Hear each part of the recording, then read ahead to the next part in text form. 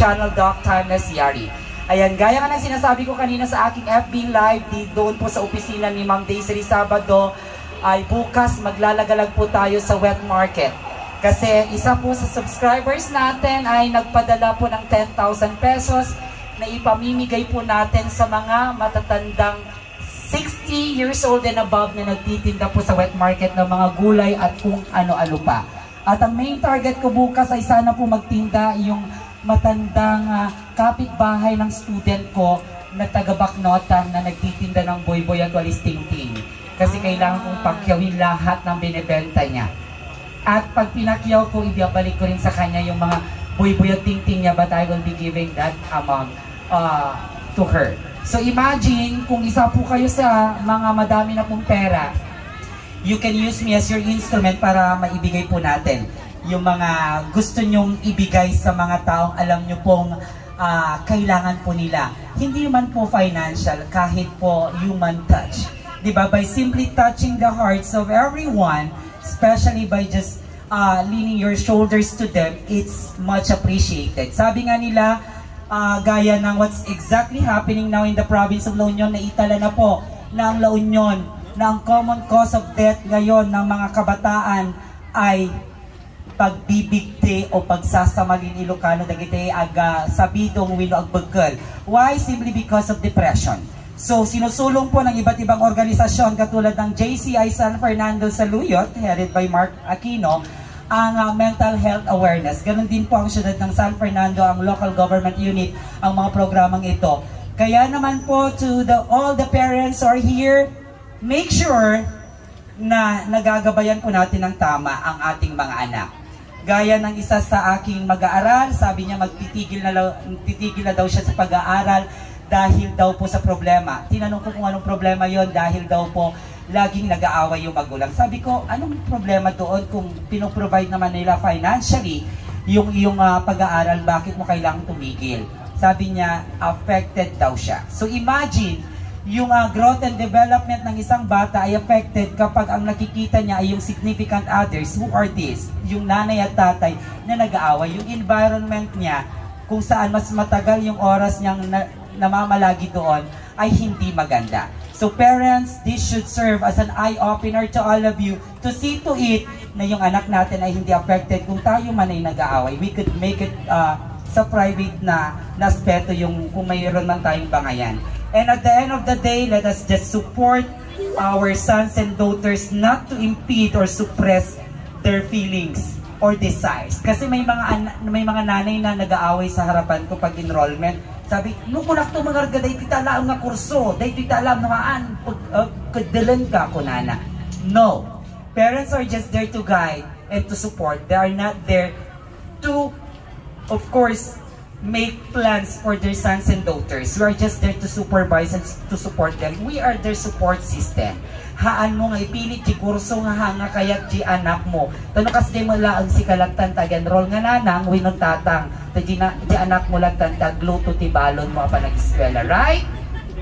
Yes, kaya minsan dyan nadidepress ang bata. Emotionally, mentally, dyan nagkakaproblema ang bata. Kaya they end their life at a very early age.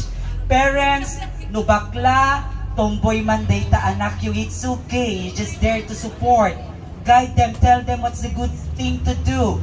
Diba? Make them feel that they are being loved. The sense of belongingness is very important. Especially now na napaka-crucial yung pinagdadaanan ng bata. Konting galit mo lang talagang yung mga bata, grabe. Diba? Kaya naman, nakakabighani kasi yung mga strong contenders natin ngayon, iba't ibang aspeto yung kanilang ipapakita. So, imagine kung paano nila binuo yung talent nila na yon with the support of their parents. So, again, kung bakit magaling kumanta o sumayaw yung anak natin, kung bakit magaling siya mag-exhibition or mag-execute ng anumang skills yan or talents, it is simply because they are guided correctly by their parents. So the parents plays now this vital role. Kaya naman, parents out there, always remember at the end of the day, kahit gaano kasama ang inyong anak, kahit adik pa yan, kahit bakla man yan, o tomboy, mananatiling anak nyo pa rin yan. Bali-balik ta rin nyo man po ang mundo, dugot laman po ninyo, including pawis nyo, anak nyo pa rin yan. I think I'm getting into your nerves. Today, as we celebrate life and love, full of glitz and glamour, since we are about to, of course, select and proclaim who will be the ultimate grand winner or grand champion of our Elius Food Park Got Talent 2023, I would like to remind everyone to embrace diversity. Okay?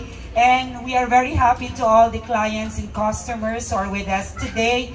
Thank you for coming and for being part of Elius Food Park. Naway, lagi nyo pong i-Instagram o i-post sa Facebook kung gaano po ka-accommodating ang Elius Food Park. Palakpakan naman po natin ang ating owner and manager at ang ating mga management and staff and administrators of Elius Food Park. Thank you so much for inviting me. Ito po yung host ko na 3 beses na cancel due to Typhoon Duke Yuri. O, diba? Parang kamahalan ko, Doc Yari ako, tas Duke Yuri yung international name ng bagyong yan. Grabe kong makasalanta.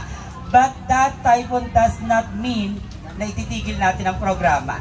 The show must go on. So whether we like it or like it, we need to come to an end. That is to select and proclaim who will be our grand winner. Later on, we will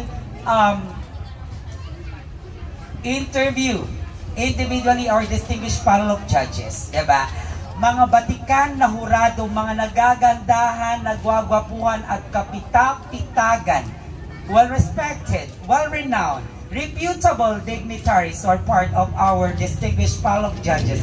Later on, makikilala po natin sila isa-isa. Diba? So, kung sino man yung mananalo tonight, alam ko malayo ang kanyang mararating. Ayan, gusto ko lang i-shoutout yung mga nakikita ko dito na hindi po taga San Fernando as far as Luna, La Union. Ayan, may taga Luna po tayo dito na kumakain. Hi, Nika.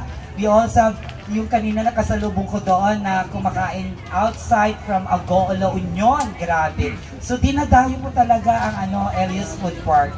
Thank you so much kasi meron tayong ganito nga area kung saan pwede tayong makabili ng masasarap na ulam, pagkain, kahit drinks. Ayan. Kaya shout out po sa lahat ng may stall po dito. Later on, ayan, high-end. Diba? So, alam ko naman sa ating mga judges na mga magagaling itong mga ito in terms of ganitong mga pa-contest. So, wala lang akong masabi, Diyos ko, diba? Ikaw na ang valedictorian ng elementary, valedictorian pa ng high school, tapos cum laude nung college, diba? Tapos, makikita mo lang naka-lipstick ng pula. Diba? I'm sure your mom and your dad ay sobrang proud po sa inyo. Taga saan po tayo, ma'am? Luna, La Union. Saan po sa Luna? Waki. Waki 1 or... Ayan, alam ko nag-prepare ka para dito sa Grand Finals na to. Kasi napanood din kita nung una. Kaya wala naman nagbago. So, congratulations. Ayan.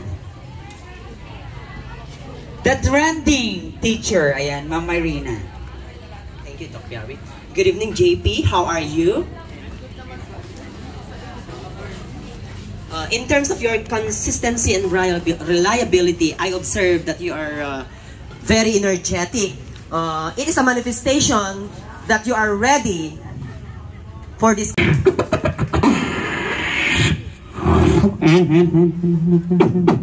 No.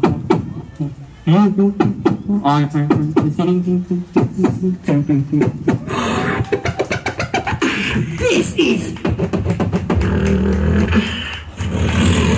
I'm waiting. Hey!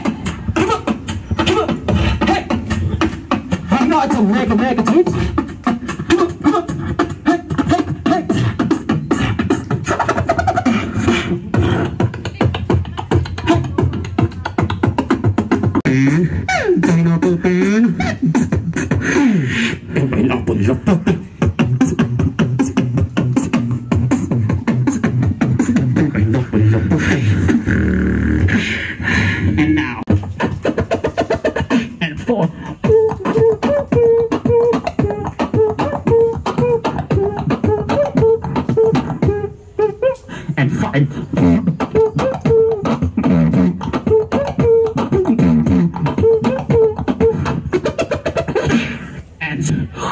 Thank you.